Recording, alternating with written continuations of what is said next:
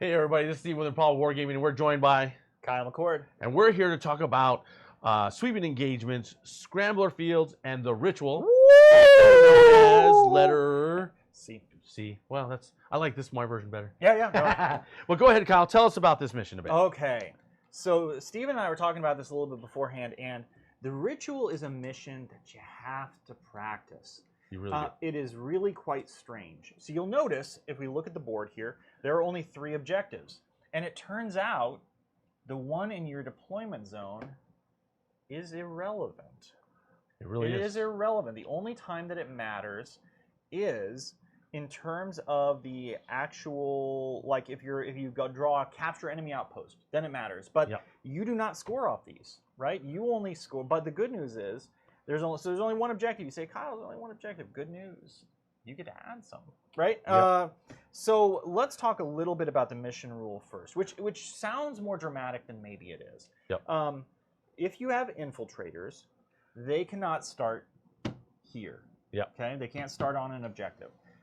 If you bring scouts, if you get to scout move, they can't end here.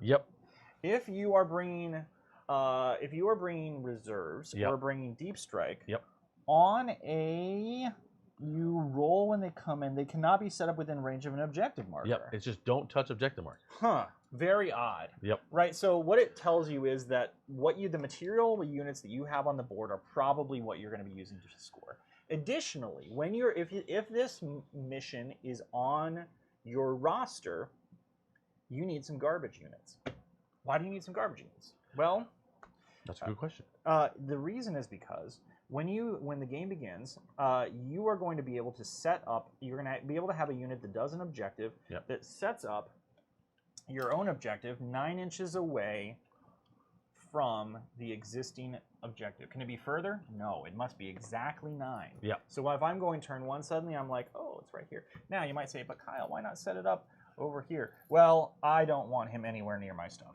Right. And so in my mission, what I did was I said, I'm going to set it up exactly right here in this building. My opponent did the exact same thing. We had 2 buildings here and here, and I was like, okay, you're going to have one here, I'm going to have one here. It can't be in my zone, but you know what it can be? Right there. But you say, Kyle, hangovers on but the mission doesn't tell me I can't do that. Right? So an important thing to say is you are going to be setting, and then you can start making more objectives 9 inches away from that one. And you can go, especially if you're a horde army, you can go on a spree, right, of objective making, right? So, Stephen, in terms of what you're thinking about, let's say that you're playing, let's say that we're playing Harlequins, right? How do you feel about this mission? I feel it's kind of weird. I don't like this mission because as a Harlequin player, I don't like feeling cornered.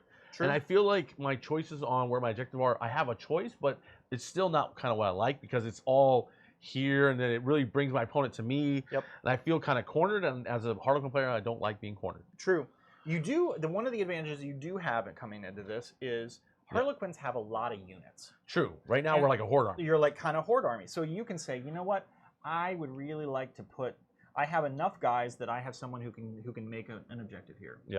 As a guard player, I'll say that I'm not going to talk about this mission exclusively as a guard player, but as a guard player, I don't love this because I want everything pointing a gun at you and going boop, boop, boop, boop, boop, right? And so I don't have a lot of units that are trash units to come set up objectives. This, to me, is a great mission for orcs because orcs will have their little trash units laying objectives down while their units are in your face going, deal with us, and then they're scoring points where you're trapped in your backfield for who knows how long, trying to eat through them. And then by the time you break free, all the objective markers are on that side of the table, and you have to get over there. Absolutely, and additionally, you usually on turn 1, are assuming that you've defended well, are maybe getting a 5 or a 10, right? Because you are if you're able to hold the center, which is a big ask. It really is, because it's really the only objective we're paying attention to besides the one you put in your own zone, right? That's a big challenge, right? I can say that playing this mission, I would think about it. You know, another army that I play that maybe we could talk about is from time to time I have been known to take up the mantle of something like we can talk about it from the perspective of something like Chaos Space Marines. Okay. So I will play Chaos Space Marines from time to time. Okay. When I do, I betray the Imperium. Yes, I do. Very willingly, right? What I will do is I will say, okay, you know what? I got a big block of Terminators. I am going to move them up over here. And maybe turn 1 I can't get to here. That's okay. What I'm going to do is I'm going to put this on them on this objective and say, oh, here's Abaddon and the guys. What do you want to do about it, right? Yep. And most of the time, my opponent will say, okay, well, I'll get some shooting, but I can't get everything within 12, which is really what you need to do, because that's what Chaos Space Marines will do. They'll just hit the button and bam, you can't target them. Yep. Okay. If you're playing GSC, you're doing the same thing, yep. Right? I'm going to come set up my objective here, and then I'm going to keep building out and out and out. And what I'm looking to do is, if I pick up a 5 turn 1, I want to start moving towards that 15 really quick, because I want to get to that 45, right? And so I'm going to keep building my own little fortress out here. You're going to move on to the middle. Oh man, I'm going to kill you with Abaddon, right? Abaddon and the Terminators, they're coming here. If I'm playing Dark Angels, they're coming here, right? And so this is an interesting mission for armies that really rely on deep strike, because if you're playing GSC, it's a challenge because you can't bring them in on objectives. Yep. And so you are really relying on disrupting your opponent's primary, and they get to decide where it is, right? Which is really tough, yeah. And so that does put, so to go back to some of our original points, it puts a really big onus on deployment. You are not envisioning where the objectives are. You're envisioning where they're going to be. Yeah. They're going to be here. Okay, cool. Then I'm going to have another one out here. Okay, well, then I need to really fortify this way, right? If you're like, you know what, I'm going to start placing them out this way. I'm a really aggressive army. I'm going to move into the middle. Then you are like right here on the line, right? If, on the other hand, you are an army that says, I have some durable units, but I also want to punish my opponent for shooting, you're going to try and get around this way, right? This is a traditional sort of Dawn of War setup where sometimes if your opponent's not careful, you're going to shoot into their back line, right? Mm-hmm. And you're like, okay, I'm going to be right here, and I'm going to try and get angles this way, right? So in terms of primary, what we can say is this. You are making choices about whether you are, one, going to score primary by putting down your own objectives, or maybe you're just stealing your opponents. Yep. You're like, you know what? You go ahead and set up some objectives for me. I'll go steal them, right? I'm playing orcs. I think I'd like to have that, right? Yeah, exactly. Absolutely. So, Stephen, when you think about secondaries on this, what do you think are what kind of cards would you like to draw on this one? Yeah. Oh my goodness, this was well, I want to definitely have like cleanse. Cleanse is great. Cleanse looks real good, right? Cleanse looks good to me.